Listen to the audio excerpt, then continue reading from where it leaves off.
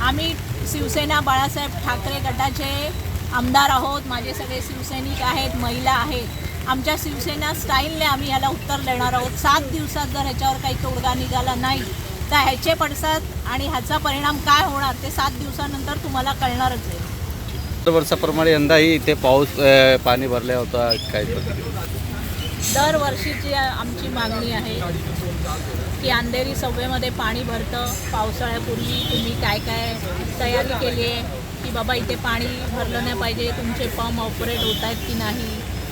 त्यावर दुसरा, जर हे 20-25 वर्ष जर हा प्रॉब्लेम आहे तर महानगरपालिका आयुक्तांनी याकडे जातीने लक्ष दिलं पाहिजे. मी माझ्या विधानसभेमध्येही हा प्रश्न घेतला होता गेल्या पावसाळी अधिवेशनामध्ये की पुढच्या पावसाळ्यापर्यंत अंधेरी सबवेसाठी तुम्ही काय योजना करणार किंवा तुमचं काय प्लॅनिंग आहे, प्रपोजल आहे. आणि माझ्यातर्फे मी प्रपोजल दिलं होतं की बाबा तुम्हाला जर खाली पाणी जमा होत आहे तर वरून वाहतूक गेली पाहिजे तर ब्रिज बनवा. ओएसिस फर्टिलिटीच्या तज्ज्ञांनी IVF उपचार पद्धतीद्वारे 1 लाखांहून अधिक जोडप्यांना मातृत्व प्राप्तीचा आनंद दिला आहे.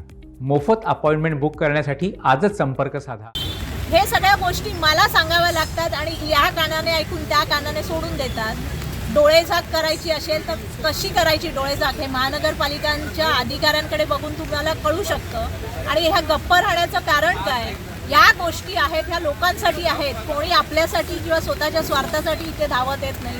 लोकांना इकडून वाहतूक करणं माझे अंधेरीकर आहेत, त्यांना दरवर्षीचा हा प्रश्न आहे. त्याकरता मी बोलते.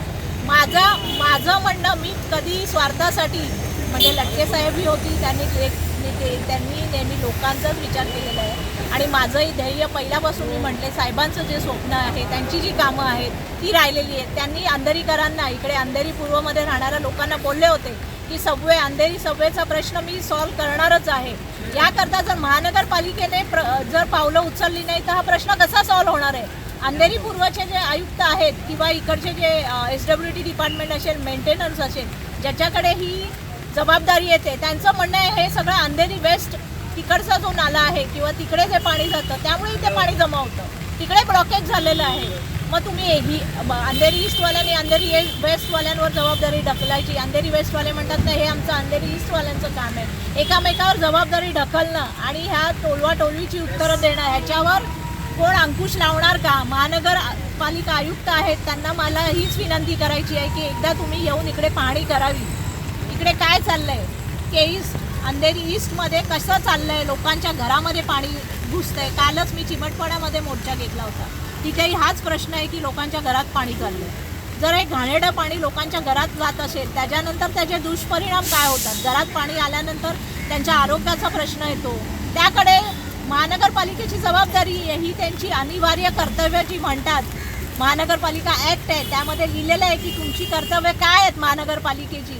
त्यामधली ही सामान्य साधी कर्तव्य आहेत. ती कर्तव्य जर महानगरपालिका पूर्ण करू शकत नसेल तर मोठी कर्तव्य, म्हणजे त्यांच्या कर्तव्याच्या बाहेरील पण गोष्टी असतात त्या ते करू शकतात. तर ही साधी अनिवार्य कर्तव्य आहेत, ज्याकरता सामान्य जनता महानगरपालिकेकडे हक्काने जाते. कारण आता नगरसेवक नाही आहेत, तर पूर्ण जबाबदारी ही प्रशासकाची आहे. सहाय्यक महानगरपालिका आयुक्त आहेत, त्यांची जबाबदारी आहे. तर ही जबाबदारी जर हे झटकणार असतील तर या आयुक्तांवर तुम्ही काय कारवाई करणार? त्यांना निलंबन करणार का? हा प्रश्न मी माझ्या जनतेतर्फे महानगरपालिका आयुक्तांना विचारते.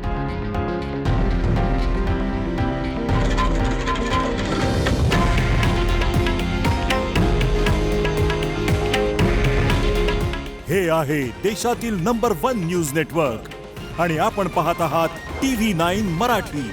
काळजी तुमची, हित महाराष्ट्राचं.